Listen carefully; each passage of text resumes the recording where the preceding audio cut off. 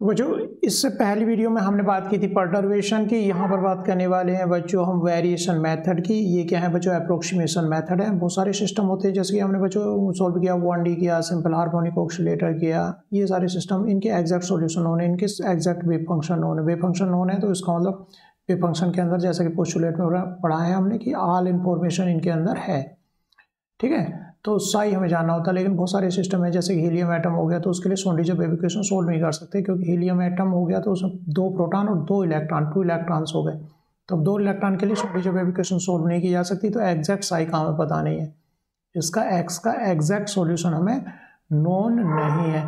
तो हम पता लगाने की कोशिश करें कि एग्जैक्ट के क्लोज कोई वेव फंक्शन हम खोज पाए कि वेव फंक्शन जो हमारा उसके क्लोजेस्ट हो, क्योंकि एग्जैक्ट तो सोल्व करना पॉसिबल 2 इलेक्ट्रॉन सिस्टम के लिए है नहीं। तो ये मेथड अप्रोक्सीमेशन मतलब नज़दीक जानना वेव फंक्शन को जानना, लेकिन एग्जैक्ट तो जान नहीं सकते, उसके क्लोजेस्ट किस तरह से जाना जाए, उसके लिए बच्चों मेथड हम देखने वाले हैं वेरिएशन मेथड। चलो बच्चों स्टार्ट करें। According to this variation method called the variation theorem, या फिर क्या कहलाती है बच्चों? वेरिएशन थ्योरम कहलाती है। If Sai is an approximate wave function of A quantum mechanical system, कोई क्वांटम मैकेनिकल सिस्टम, जैसे कि हम हीलियम एटम की बात कर लें बच्चों, तो उसके लिए ये साई हम एक अप्रोक्सीमेट वेव फंक्शन कह रहे हैं, है ना। अप्रोक्सीमेट एग्जैक्ट वेव फंक्शन हमें इसके ग्राउंड स्टेट के लिए नहीं पता है, बल्कि क्या है, ये एक अप्रोक्सीमेट वेव फंक्शन हम यहाँ पर कह रहे हैं। एन एटम और a molecule describe by Hamiltonian H के द्वारा डिस्क्राइब किया जाता है। Then the energy of eigen value of the system, उसकी एनर्जी किस तरह से निकाली जा सकती है, इस फार्मूले से एनर्जी निकाली जा सकती है। मतलब ये कोई अप्रोक्सीमेट वेव फंक्शन है। सोंडीजर वेव इक्वेशन हमने ये लिखी। तो अगर बच्चों इसको साई स्टार से मल्टीप्लाई करके इंटीग्रेट करूं होल स्पेस के लिए, तो इस तरह से बच्चों ये हो गया साई डी टाउ। ऊपर वाली इक्वेशन जो श्रोडिंगर वेव इक्वेशन है, इसको हमने मल्टीप्लाई किया, और इस साई स्टार से साई स्टार ई, साई तो बच्चों क्या, ई तो कॉन्स्टेंट है, इसको बाहर लिखा जा सकता है। तो ऊपर वाली इक्वेशन को हम किस फॉर्म में लिख सकते हैं? ये अप अपॉन नीचे क्या आ जाएगा बच्चों? Sai star H cut Sai D tau upon हो जाएगा Sai star Sai D tau. तो बच्चों क्योंकि ये क्या है, नॉर्मलाइजेशन कंडीशन है, ये इक्वल टू 1, तो ये ई जो है किसी भी सिस्टम के लिए हम एनर्जी जो है, जैसे कि एवरेज एनर्जी, उसी तरह का फार्मूला बच्चों ये आ गया, इस तरह से निकाल सकते हैं। सिस्टम के लिए एनर्जी को इस तरह से निकाला जा सकता है। और बच्चों ये जो ये लिखने का तरीका है, ब्रैकेट नोटेशन है इसका, जो इंटीग्रेशन है इसको इस तरह से भी लिखा जा सकता है।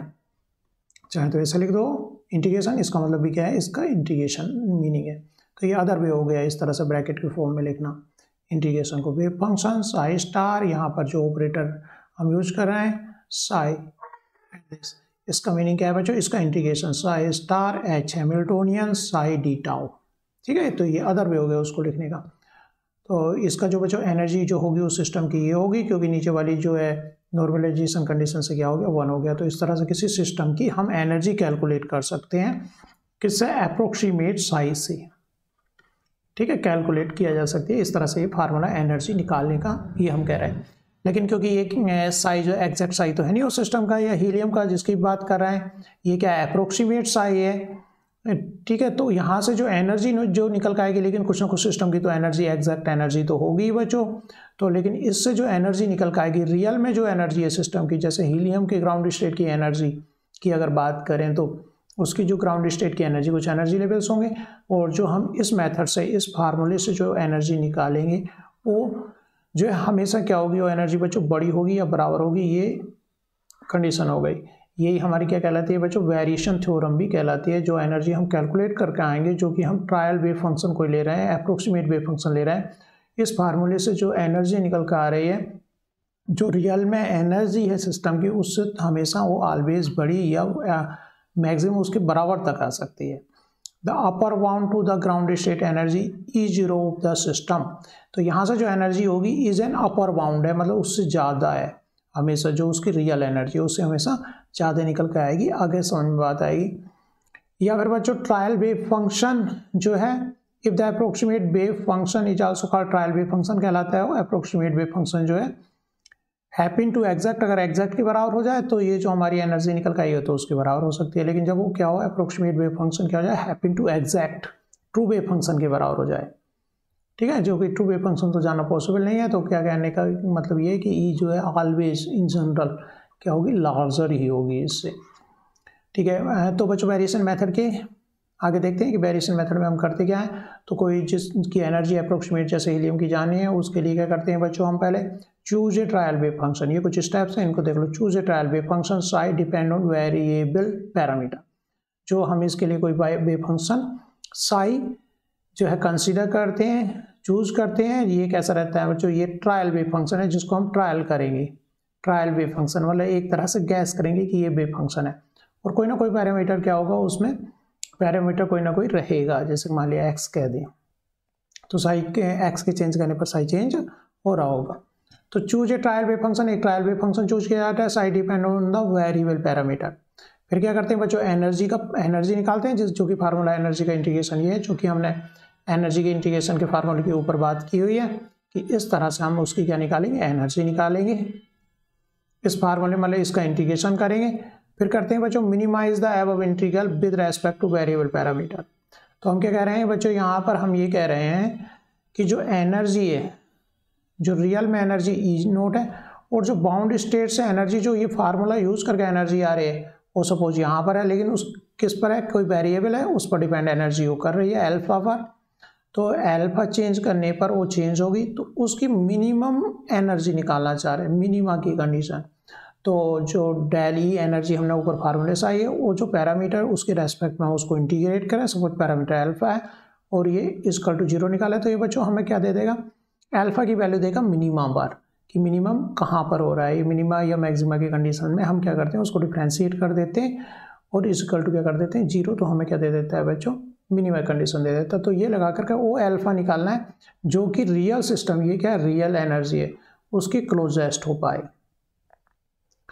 ठीक है, तो मिनिमाइज द अबव इंटीग्रल, ऊपर वाला जो इंटीग्रल है इससे जो ई निकल करके आएगा उसको क्या करना है, minimize the above integral with respect to the variable parameter. इस तरह से उसको क्या करना है बच्चों, इंटीग्रेट करके इक्वल टू 0 लगा देना। अब the function psi with a optimum value of the parameter is the best approximation to the true wave function. इस तरह से optimum value of the parameter की जो ऑप्टिमाइज की है वैल्यू, मतलब मिनिमम वैल्यू जो निकाली है, वो जो वेव फंक्शन आ गया is the best approximation to the true wave function. जो ट्रू वेव फंक्शन है उसकी बेस्ट अप्रोक्सीमेशन होगा, उसके नज़दीक होगा वो। And the lowest value of this is the nearest approximation to energy, और इसकी जो एनर्जी होगी उस ट्रू एनर्जी के काफ़ी नियरेस्ट होगी, जो मिनिमा से अल्फा हम निकालेंगे, और उसकी वैल्यू जो ऑप्टिमाइज वैल्यू के लिए साइज होगा क्या होगा, वो बेस्ट अप्रोक्सीमेट होगा, मतलब सबसे ज़्यादा नज़दीक वेव फंक्शन होगा ट्रू वेव फंक्शन के। और यहाँ की जो एनर्जी आएगी वो कैसी आएगी, ट्रू एनर्जी आएगी। तो यहाँ पे बच्चों वेरिएशन मेथड में क्या करते हैं, एक ट्रायल वेव फंक्शन चूज करते हैं, फिर ये इंटीग्रेशन ई कैलकुलेट करते हैं, नेक्स्ट क्या करते हैं उसको मिनिमाइज की कंडीशन लगाते हैं किसी पैरामीटर के लिए, वो जो पैरामीटर है उसकी जो वैल्यू आई यहाँ से निकल गए, तो Sai will be optimum value of the parameter is the best approximation. वो बेस्ट अप्रोक्सीमेशन होता है उस अल्फा के लिए, साई सबसे नज़दीक है ट्रू वेव फंक्शन के, और ट्रू वेव फंक्शन ही हमारा जाने का इसमें मकसद रहता है। तो यहाँ तक फिर आगे बच्चों हम हीलियम पे इसको अप्लाई करेंगे। हमने कहा ये एक अप्रोक्सीमेशन मेथड है, हम नज़दीक क्लोजेस्ट साइज जानना चाह रहे हैं बच्चों। तो क्लोजेस्ट साइज जानने का तरीका क्या है, उसकी एनर्जी क्या करें, उसकी एनर्जी निकालें, क्योंकि एनर्जी को बच्चों क्या किया जा सकता है, एक्सपेरिमेंटली कैलकुलेट किया जा सकता है, एक्सपेरिमेंटली जाना जा सकता है। तो एनर्जी जानने का तरीका क्या है बच्चों, यहाँ पर फार्मूले से, तो ये एनर्जी का फार्मूला बच्चों ये, इस तरह से हम थ्योरेटिकली एनर्जी जान सकते हैं, और हमारे जो एक्सपेरिमेंटली है उससे कंपैरिजन हम करेंगे, आगे एग्जांपल में देखेंगे। तो वेरिएशन मेथड में बच्चों क्या क्या स्टेप्स होते हैं, हमें क्या करना होता है, एक ट्रायल वेव फंक्शन चूज करना होता है, फिर हमें एनर्जी निकालनी होती है, उसको क्या करना होता है बच्चों, मिनिमा की कंडीशन लगानी होती है, तो जो पैरामीटर अल्फा, ताकि वो ऑप्टिमाइज वैल्यू रहे, उस ऑप्टिमाइज वैल्यू के लिए साइज जो होगा वो best approximation to the true wave function, वो ट्रू वेव फंक्शन के काफ़ी नज़दीक होगा मिनिमा की कंडीशन, क्योंकि हम कह रहे हैं कि एनर्जी यहाँ है, इसके द्वारा जो एनर्जी निकाली है उसकी मिनिमम वैल्यू अल्फा, मिनिमा निकाल रहे हैं वहाँ से डिफरेंसेस करके इक्वल टू 0।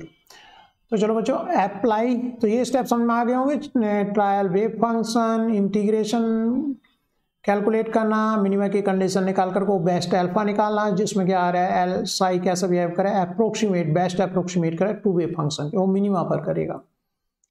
तो बच्चों इसको करते हैं हम application of variation method to the helium atom. अब आगे देखते हैं बच्चों variation method to the helium atom. Helium atom के लिए variation method, the Hamiltonian of He atom in atomic units. तो एटॉमिक यूनिट में हीलियम एटम के लिए बच्चों ये जो है हमारा जो हैमिल्टोनियन है बच्चों, इसको देखते हैं हीलियम एटम। बच्चों ये एक मैंने हीलियम एटम इधर बनाया हुआ है, पहले हैमिल्टोनियन लिखना है, इससे सीखते हैं बच्चों। ये यहाँ पर न्यूक्लियस है, ये 2 इलेक्ट्रॉन है जिन पे इलेक्ट्रॉन पे चार्ज E है, और न्यूक्लियस पर जो चार्ज रहेगा बच्चों जितने नंबर ऑफ प्रोटॉन होंगे, और प्रोटॉन पे चार्ज होता है इलेक्ट्रॉन के इक्वल। तो यहाँ पर Q1 जो हो गया कितना हो गया बच्चों ZE हो गया, और इलेक्ट्रॉन पे जो Q1 इलेक्ट्रॉन पे चार्ज क्या हो गया बच्चों E हो गया। इस इलेक्ट्रॉन पे भी चार्ज कितना E है, लेकिन न्यूक्लियस पे चार्ज कितना प्लस पार्ट है। हैमिल्टोनियन में 2 पार्ट होते हैं बच्चों, काइनेटिक एनर्जी। तो 1 इलेक्ट्रॉन के लिए, फर्स्ट इलेक्ट्रॉन के लिए बच्चों kinetic energy, minus second electron के लिए काइनेटिक एनर्जी, और बच्चों पोटेंशियल एनर्जी। पोटेंशियल एनर्जी किसी इस इलेक्ट्रॉन का न्यूक्लियस के लिए इंट्रैक्शन, तो यहाँ की दूरी माने इसकी, इस इलेक्ट्रॉन की डिस्टेंस मान रहे बच्चों हम R1। तो क्या आगे Q1 Q2, Q1 कितना ZE न्यूक्लियस पर, और इलेक्ट्रॉन पर चार्ज E, तो क्या हो गया Q1 Q2 ZE² upon R1। यहाँ से बच्चों यहाँ पर निगेटिव चार्ज, यहाँ पर तो इसलिए निगेटिव चार्ज आया है बच्चों क्योंकि E पर इलेक्ट्रॉन पर चार्ज है निगेटिव, न्यूक्लियस पर चार्ज है पॉजिटिव। दोनों की Q1 Q2 करोगे, Q1 Q2 न्यूक्लियस पर चार्ज कितना है ZE number of proton into electronic charge, क्योंकि प्रोटॉन पे चार्ज किसके इक्वल होता है इलेक्ट्रॉन के, इंटू इलेक्ट्रॉन का चार्ज क्या है माइनस, तो यहाँ से निकल कर आ रहा है हमारा -ZE², इसलिए यहाँ पर नोटेशन माइनस आया हुआ है। तो 1/4πε Q1 Q2 upon R1 minus second electron का अट्रैक्टिव चार्ज है, तो यहाँ पर फिर अट्रैक्शन है, तो यहाँ पर निगेटिव आया क्योंकि यहाँ पर पॉजिटिव है, यहाँ पर निगेटिव है, तो यहाँ पर ZE चार्ज न्यूक्लियस में माइनस E, तो क्या हो गया माइनस यहाँ से आ गया -ZE² अपॉन R2, प्लस एक इंट्रैक्शन और होगा जो इलेक्ट्रॉन एक रिपल्सन करेंगे, इलेक्ट्रॉन क्या करेंगे एक दूसरे को रिपेल करेंगे, तो रिपेल वाली टर्म है ये फोर्थ। R12 क्या लिखा हुआ है यहाँ पर, एक दूसरे की इन दोनों के बीच की डिस्टेंस हुई। पहले इलेक्ट्रॉन की दूरी को क्या कह रहे हैं हम डिस्टेंस न्यूक्लियस R1, दूसरे इलेक्ट्रॉन की दूरी को क्या बोल रहे हैं बच्चों हम R2, और दोनों के बीच इलेक्ट्रॉन के बीच की दूरी को क्या कह रहे हैं R12। तो बच्चों इस तरह से ये टर्म आई है, और यहाँ पर हम इन एटॉमिक यूनिट में चेंज करने के लिए बच्चों A0 यूनिट लेंथ है, m जो mass of the electron equal to 1 है, h कट को मान रहे हैं 1, 4ε0 को यूनिट में क्या मानते हैं 1 मानते हैं, और बच्चों चार्ज इलेक्ट्रॉनिक चार्ज को क्या कंसिडर किया 1 कंसिडर किया, एटॉमिक यूनिट में इन सबको 1 कंसिडर करते हैं। तो जो हमारा हैमिल्टोनियन है यूनिट में, इन एटॉमिक यूनिट्स में बच्चों ये बन गया, हमने इनकी जगह सबकी जगह बाकी h कट की जगह 1 रख दिया, m की जगह 1 रख दिया, तो यहाँ से क्या है 1/2 डेल्टा 1 माइनस 1/2 डेल्टा 1, यहाँ से भी बच्चों क्योंकि -1/2 हमने कॉमन ले लिया, -1/2 डेल्टा 2, h कट 1 रख दिया, m 1 रख दिया, और ऐसे 1/4πε क्या रख दिया 1 रख दिया, और Z क्योंकि हम हीलियम एटम की बात कर रहे हैं तो उसमें नंबर ऑफ प्रोटॉन 2 है, तो Z उसके लिए क्या हो गया बच्चों 2 हो गया, तो यहाँ से केवल बचेगा 2/R1 प्लस 2/R2, और यहाँ से टर्म बचेगी केवल 1/R2। तो इस तरह से ये क्या हो गया बच्चों, इसके लिए हैमिल्टोनियन हमने ये लिख दिया,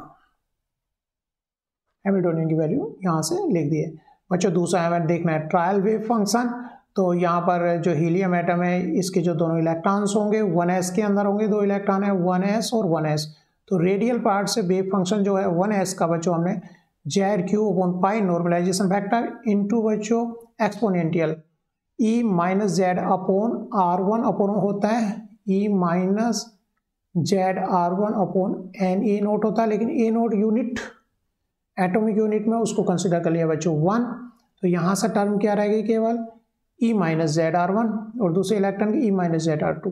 तो हमने ये बच्चों ये ट्रायल वेव फंक्शन हो गया हमारा, चाहो तो ऐड करके इस तरह से लिख सकते हो। तो हमारा जो बताया था बच्चों ऊपर वाले क्या क्या स्टेप्स हैं, तो choose a trial wave function, तो हमने ट्रायल वेव फंक्शन चूज कर लिया है। नेक्स्ट स्टेप क्या होता है इवेल्युएट द इंटीग्रल, अब इंटीग्रल इवेल्युएट करना उसके लिए एनर्जी निकालिए, ये सब पार्ट है, तो इसीलिए हमने हैमिल्टोनियन की बात की क्योंकि एनर्जी निकालने के लिए इसको इवेल्युएट करने के लिए हमें क्या चीज़ें चाहिए बच्चों, हैमिल्टोनियन चाहिए जो कि हमारा ये रहा, और दूसरा क्या चाहिए बच्चों वेव फंक्शन चाहिए जो कि यहाँ पर ट्रायल वेव फंक्शन ये रहा।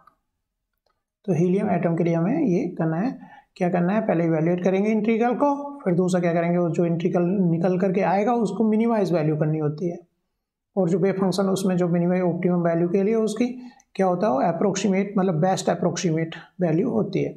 तो इस तरह से बच्चों हम देखते हैं अब इसको किस तरह से लिखें। तो यहाँ पर बच्चों हैमिल्टोनियन एच जो हैमिल्टोनियन क्या है डेल्टा 1, तो इसको बच्चों यहाँ पर हमने हैमिल्टोनियन की वैल्यू पुट यहाँ पर करके इस तरह से लिखी है। पहली टर्म क्या है माइनस हाफ डेल्टा 1 का स्क्वायर माइनस हाफ डेल्टा 1, एक पार्ट ये आ गया क्योंकि एच की वैल्यू यहाँ पर हमने पुट की है। कहाँ पर बच्चों इसकी जगह पर हमने एच की वैल्यू को पुट करेंगे और साइज अंदर मल्टीप्लाई करेंगे, तो इतने सारे इंटीग्रल होंगे, इसके साथ इंटीग्रेशन, इसके साथ इंटीग्रेशन, इसके साथ इंटीग्रेशन, इसके साथ इंटीग्रेशन और इसके साथ इंटीग्रेशन। तो इसके अंदर साइज मल्टीप्लाई होती जाएगी। जब हैमिल्टोनियन यहाँ पर पुट करेंगे तो अलग अलग के लिए इंटीग्रेशन आएंगे।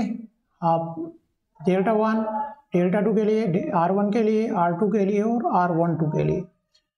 और क्योंकि हम बच्चों इंटीग्रेशन की प्रॉपर्टी जानते हैं, अगर दो फंक्शन है मान लिया x square plus x D x है तो इनको बच्चों अलग अलग इंटीग्रेशन कर सकते हैं। X square D x plus integration x D x इस तरह से लिखी जा सकता है। ऐसे बच्चों ये क्या है इंटीग्रेशन है, एच के अलग अलग के लिए हम इंटीग्रेट करके इसको अब लिख रहे हैं। तो हमें एनर्जी जाननी है तो ये वाले इंटीग्रेशन सारे सोल्व करने होंगे, जिनमें केवल हम दो इंटीग्रेशन बच्चों यहाँ पर सोल्व करेंगे।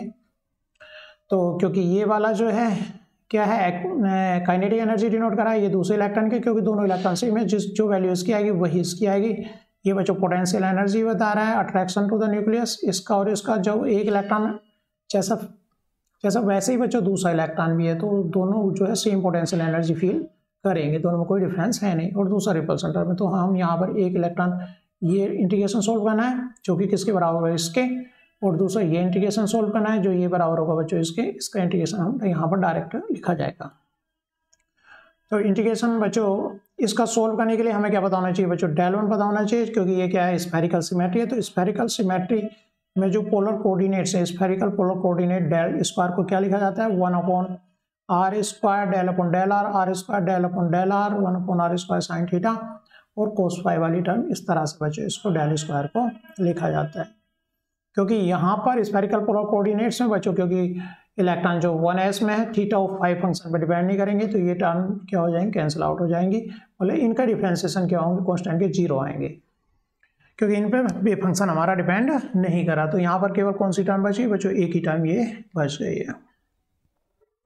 तो हम उठाते हैं बच्चों इसको, उठाते हैं यहाँ पर इसका इंटीग्रेशन करना है डेल 1 स्क्वायर का। तो यहाँ पर बच्चों साई की वैल्यू ये इंटीग्रेशन मैंने यहाँ पर लिख दिया था, ठीक है। उठा करके थोड़ा सा इसे सिंप्लीफाई करते हैं, फिर से यहाँ पर आते हैं।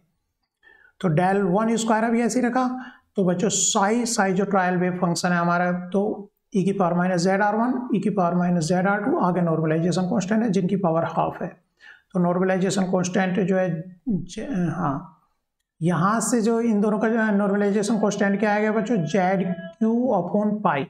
तो इसका भी नॉर्मलाइजेशन ZQ/पाई, इसका ZQ/पाई। तो यहाँ से ZQ/पाई का स्क्वायर आ जाएगा जब ये फंक्शन यहाँ पर रखेंगे, क्योंकि साई की जगह रखोगे इसको इस साई की जगह, और इसको यहाँ पर इस साई की जगह रखोगे, ठीक है। तो इनसे यहाँ पर e की पावर जेड R1 e की पावर माइनस जेड R2, और ये नॉर्मलाइजेशन कांस्टेंट होकर के हाफ और हाफ के हेड होकर के हो गई बच्चों 1, लेकिन 1 इसकी पावर और 1 इसका नॉर्मलाइजेशन कांस्टेंट। तो यहाँ पर आगे स्क्वायर,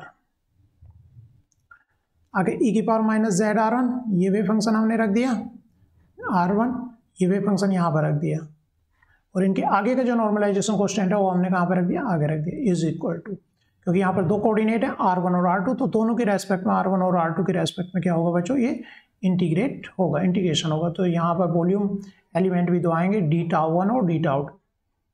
यहाँ पर भी बच्चों क्योंकि ये डेल 1 इलेक्ट्रॉन के रेस्पेक्ट में कोऑर्डिनेट्स है डिफरेंशिएशन, तो बच्चों 2 वाले पे तो इफेक्ट इसमें नहीं पड़ेगा।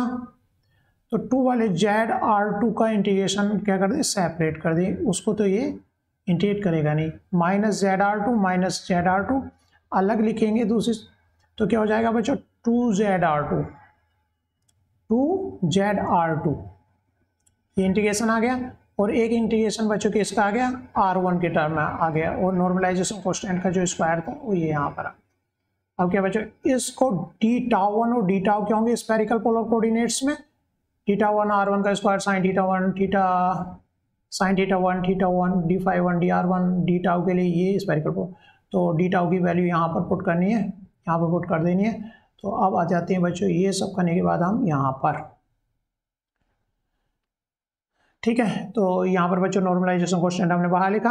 यहाँ पर क्या गया, E Z R one del one operator केवल R1 फैक्टर वाला आ गया, ठीक है। और यहाँ पर -1 हाफ हम बच्चों यहाँ पे ये वाला लेकर के चलें इंटीग्रेशन सोल्व करने के लिए ऑलरेडी, क्योंकि हमें जो इंटीग्रेशन सोल्व करना है बच्चों, यहाँ पर ये वाला मैंने यहाँ पे एक्सप्लेन किया था, लेकिन हाफ माइनस यहाँ से ये आया है ऊपर से, जो कि आप ऊपर से देख सकते हो, ये -1/2 आया। तो इसीलिए जब हमने पार्ट लिख रहे हैं तो यहाँ पे -1/2 उसका यहाँ से ऑलरेडी लेकर के चल रहा है। बाकी तो ये वाला पार्ट यहाँ पर आ गया लाप्लासियन ऑपरेटर, ठीक है। EZ1 डी टाउ 1 यहाँ पर वैल्यू हमने ये डी टाउ 1 की वैल्यू यहाँ से ये जो थी ये पुट कर दिया। e⁻- ये R2 वाली टर्म्स आ गई, ये इंटीग्रेशन हमने R1 वाले में रख दिया था, ये R2 का डी टाउ हो गया और e⁻ZR2 हो गया था, ठीक है। जो इस इंटीग्रेशन को सिंपल इंटीग्रेशन है, इसको सोल्व करना है। यहाँ पर सोल्व करने से पहले आपको कुछ इंटीग्रेशंस पता होने चाहिए, जैसे बच्चों साइन थीटा डी थीटा का पहले कुछ क्वेश्चंस करे हुए हैं, तो इसका जो इंटीग्रेशन आता है थीटा के लिए लिमिट क्या रहेगी 0 to पाई रहेगी, तो इसका इंटीग्रेशन क्या आएगा बच्चों 2 आएगा, और डी फाई का इंटीग्रेशन क्या आएगा 2 पाई आएगा। तो इन दोनों का मल्टीप्लिकेशन में ही वहाँ ऊपर, तो ये क्या हो जाएगा बच्चों 4 पाई आ जाएगा। तो कुल मिला करके बच्चों और साइन थीटा डी थीटा 1 और D phi 1, sine theta 2 D theta 2 और डी फाई 2, तो ये दोनों ये वाली टर्म्स देंगी यहाँ से 4 पाई, यहाँ से इंटीग्रेशन देंगी बच्चों 4 पाई, तो ये हो गए 4 पाई का स्क्वायर, यहाँ पर ये टर्म आ गई। ये नॉर्मलाइजेशन क्वेश्चन ये हमारा ऑलरेडी लिखा ही हुआ है। तो यहाँ पर एक तो बच्चों यहाँ पर जो टर्म बची क्या बची, R2 e⁻² ZR2 और DR टर्म बची, और DR2 टर्म बची यहाँ पर। और यहाँ पर जो टर्म बची e⁻Z -R1 e⁻ZR1 अंदर ले ली ब्रैकेट में हमने, डिफरेंस अंदर ले गए, और क्या बचा बच्चों हमारा R1 square DR1, R1 square DR1। लेकिन बच्चों ये तो डी टाउ की टर्म है, इसका तो डिफरेंशिएशन होना नहीं है डी टाउ, तो R1 स्क्वायर से हमारा ये वाला R1 स्क्वायर ब्रैकेट के बाहर वाला कट जाएगा, ठीक है, DR1 टर्म यहाँ पर आएगी।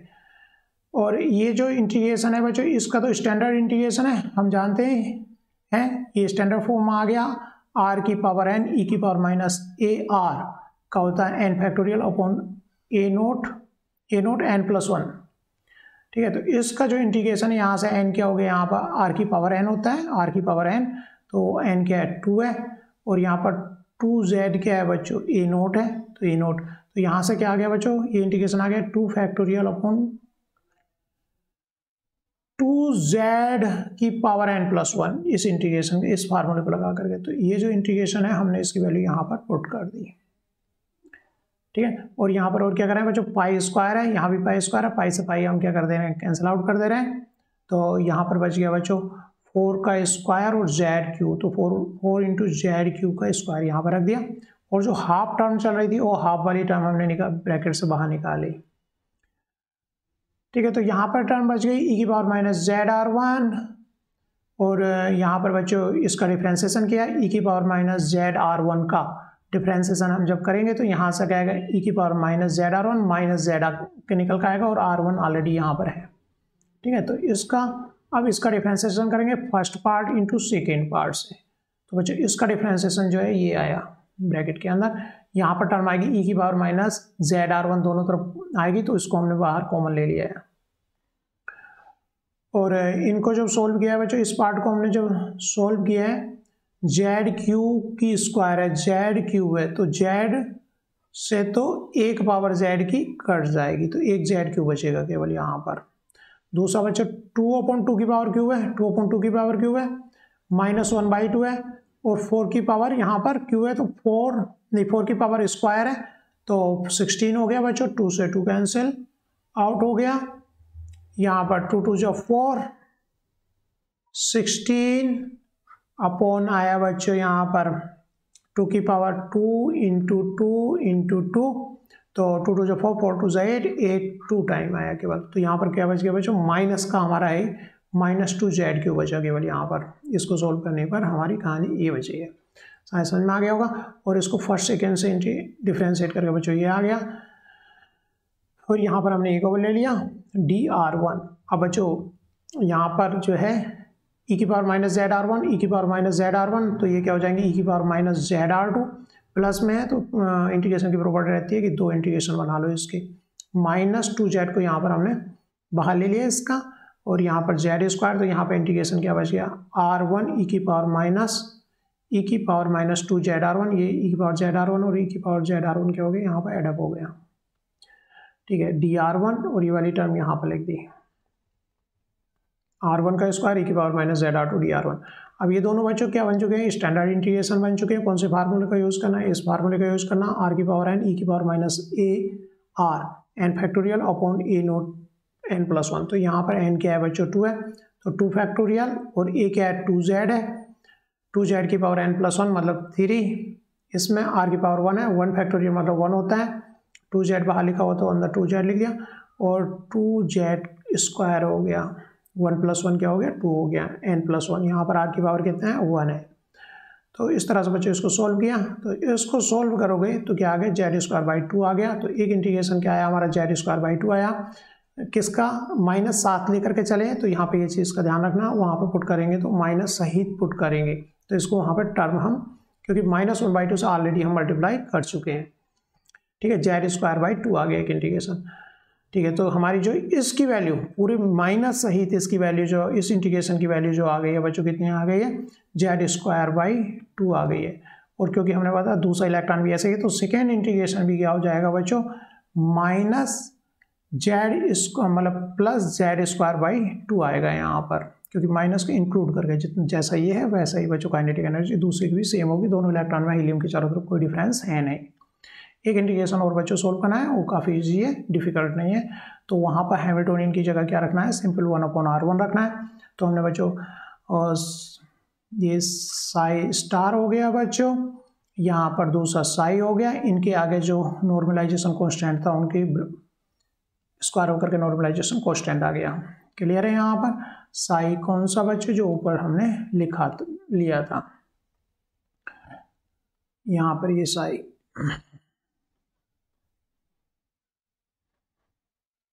साई है ना, ई की power minus Z R one, ई की power minus Z R two, Z Q upon pi की पावर 1 हो जाएगा। ठीक है, तो इसको अगर मैं यहाँ पर लिखूँ ताकि आपको समझ में आए, तो ये इसका क्या हो रहा है बच्चों, वे फंक्शन साई किसके बराबर आ रहा है, जेड क्यू अपॉन पाई की पावर हो गया 1, ई की power minus Z R one into e की power minus Z R two. इनको लिख रहे हैं, इंटीग्रेशन से बाहर इसको ले रहे हैं। सेकेंड इंटीग्रेशन सोल्व करते हुए, तो बच्चों साई इसका इंटीग्रेशन में इसका पावर 1 था, और इस इधर लिखेंगे तो उसके नॉर्मलाइजेशन पावर 1, तो यहाँ पे क्या हो गई बच्चों पावर 2 हो गई। ठीक है, और -2/r1, तो यहाँ पर हम क्या ले रहे हैं, इंक्लूड कर ले रहे हैं माइनस को 2 को भी इसमें, -2/r1। तो -2/r1 बच्चों यहाँ पर ये ले लिया है जो कि कांस्टेंट है, -2 बाद में हमने बाहर निकाल दिया है।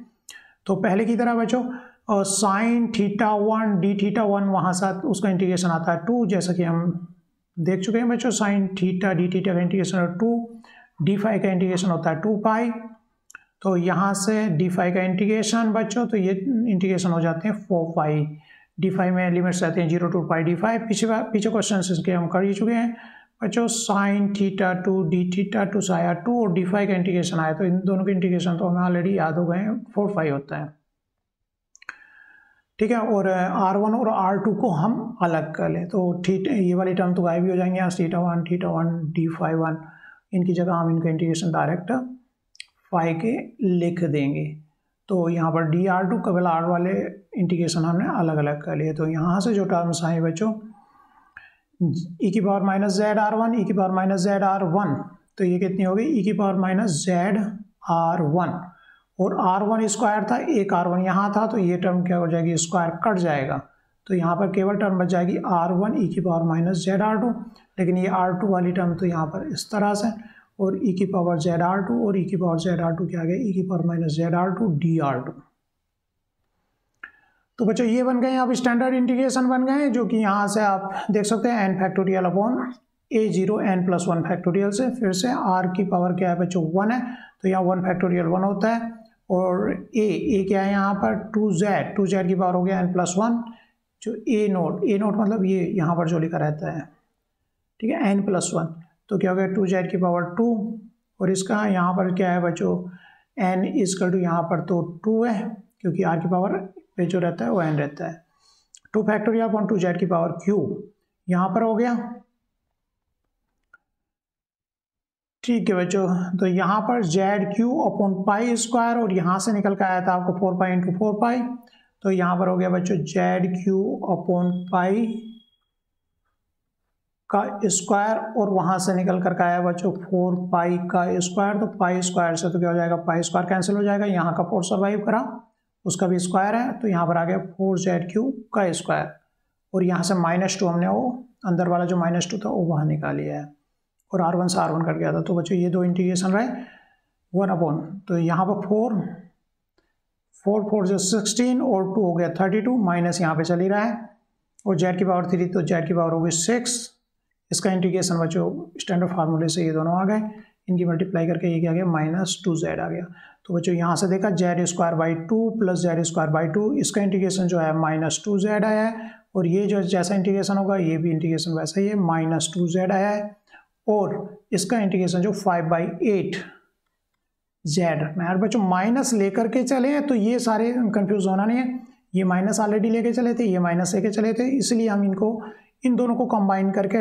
2z²/2, यहाँ पर जो माइनस है ये हमने इंक्लूड कर लिया है ऊपर, तो उसका इसके माइनस सहित का आंसर ये आया था, इसके माइनस सहित का आंसर ये आया था, इसके माइनस को इंक्लूड करके ये आया था, तो इसलिए यहाँ पर हम दो इंटीग्रेशन कि ये दो इंटीग्रेशन -2 और थर्ड वाला जो इंटीग्रेशन 5/2, इन दोनों को कंबाइन करके हम 2 लिख दे रहे हैं ना, तो इसके अंदर जो इंटीग्रेशंस आए थे वो वैल्यूज हमने यहाँ पर पुट किए हैं बच्चों। इसको और इसको कंबाइन करके हम कह रहे हैं, इन दो को कंबाइन करके क्या कहाँ पर आई वैल्यू, ये रख रहे हैं, ये दो के कम्बिनेशन की वजह से यहाँ पर 2 है, फिर इन दो इंटीग्रेशंस को, इस वाले को और इसको कंबाइन करके इसकी वैल्यू कहाँ पर लिख रहे हैं, हम यहाँ पर लिख रहे हैं, ये क्या आई थी -2z आई थी, और माइनस हमने इन फार्मूलों में इंक्लूड किए थे तो प्लस हो गए, तो इसको बच्चों ऐड किया तो z² -27 अपॉन 8z आया, इस तरह से हमने e निकाली। तो वेरिएशन मेथड में क्या क्या स्टेप थे, e निकालना उसमें एक स्टेप, तो वेरिएशन मेथड में क्या करते हैं बच्चों, ट्रायल वेव फंक्शन, एक बार फिर से उसको देख लो, क्या करते हैं बच्चों, choose a trial wave function हमने चूज किया बच्चों, फिर क्या करते हैं उसको इंटीग्रेशन, मतलब e की वैल्यू निकालो, अगला काम होता है minimize the above integral with respect to variable parameter, variable parameter के साथ में उसकी वैल्यू को क्या करते हैं हम मिनिमाइज करते हैं। तो अब हमारा e निकल चुका है, तो हम क्या करेंगे उसको डिफरेंशिएट करेंगे विद रेस्पेक्ट टू z हमारा पैरामीटर है, उसके रेस्पेक्ट में बच्चों इस इक्वेशन को z को डिफरेंशिएट किया तो क्या आ जाएगा 2z -27 अपॉन 8 इक्वल टू क्या आएगा 0, तो यहाँ से z ये बेस्ट z आ गया, इससे जो एनर्जी निकालेंगे मतलब एनर्जी के फार्मूले में इसमें z पुट करें तो एनर्जी हमारी z की वैल्यू पुट करने पर कितनी आई है बच्चों 2.847, वो आई थी एटॉमिक मास यूनिट में, लेकिन एटॉमिक मास यूनिट को इलेक्ट्रॉन वोल्ट में कितनी वैल्यू होती है 27.21 होती है, तो उससे मल्टीप्लाई किया तो बच्चों इलेक्ट्रॉन वोल्ट में ये वैल्यू आई है हमारी एनर्जी की, और जो कि हमारी जो एक्सपेरिमेंटल वैल्यू रहती है वो कितनी है -78.98 है, जो उसके काफ़ी क्लोज है। इस तरह से हमने बच्चों z जो हमारा वेव फंक्शन है उसमें अगर z नॉर्मली क्या होना चाहिए 2 होना चाहिए, लेकिन z इक्वल टू अगर 1.69 रखा जाए पैरामीटर तो बेस्ट अप्रोक्सीमेट एनर्जी होगी, बेस्ट वेव फंक्शन होगा, मतलब क्लोजेस्ट वेव फंक्शन होगा। तो इस तरह से हम ये डिसाइड कर पाए इस मेथड से कि ये वेव फंक्शन जो ट्रायल वेव फंक्शन में इसमें z2 ना मान करके, अगर हम जो ट्रायल वेव फंक्शन है इसमें z2 ना मान करके, क्योंकि हीलियम के लिए z तो 2 होगा, तो लेकिन z equal to 1.65 I think जो भी हमारी वैल्यू निकल गया है, अगर वो रहेगा 1.69 तो हमारा बेस्ट वेव फंक्शन रहेगा, मतलब क्लोजेस्ट वेव फंक्शन रहेगा, रियल जो हमारा रियल में वेव फंक्शन होगा उसकी क्लोजेस्ट इसकी वैल्यू रहेगी अगर z 1.69 है। तो इस तरह से पैरामीटर द्वारा हम यहाँ पे इस वेव फंक्शन जो कि हमारा ट्रायल वेव फंक्शन था, हमने गैस किया था इसको कि 2 इलेक्ट्रॉन्स है तो वही 1s का और 1s का, तो उनका प्रोडक्ट वेव फंक्शन के आसपास इसका जो है वेव फंक्शन होना चाहिए, और उसमें z पैरामीटर हमने फिर क्या किया एडजस्ट कर लिया। तो इस तरह से बच्चों वेरिएशन मेथड में क्या करते हैं, चूज करते हैं ट्रायल वेव फंक्शन, उसके बाद क्या निकालते हैं बच्चों, इंटीग्रल ई वैल्यू निकालते हैं, उसके किसी पैरामीटर, जैसे कि यहाँ पर जेड पैरामीटर था हमारा, न्यूक्लियर चार्ज पैरामीटर था, उसके द्वारा मिनिमाइज द अबव इंटीग्रल को क्या करते हैं, मिनिमाइज करते हैं with respect to the variable parameter. और क्या करते हैं बच्चों, the function psi with optimum value, पर जेड के लिए ऑप्टिमम वैल्यू होती है, वही best approximation to the true wave function, true wave function के वही क्लोजेस्ट वैल्यू होती है। यहाँ पर बच्चों नेक्स्ट हम करेंगे proof of the variation theorem, जो चैप्टर में बाद में दी गई है। इस वेरिएशन थ्योरम का प्रूफ, वेरिएशन मतलब हम कोई भी कितने से बेस्ट वेव फंक्शन ले लें, लेकिन उसके द्वारा जो एनर्जी निकालेंगे वो हमें क्या रहेगी, ज़्यादा रहेगी। इस चीज़ को हम क्या करेंगे, अगले एग्जाम्पल में प्रूफ करेंगे। ठीक है, थैंक यू वेरी मच।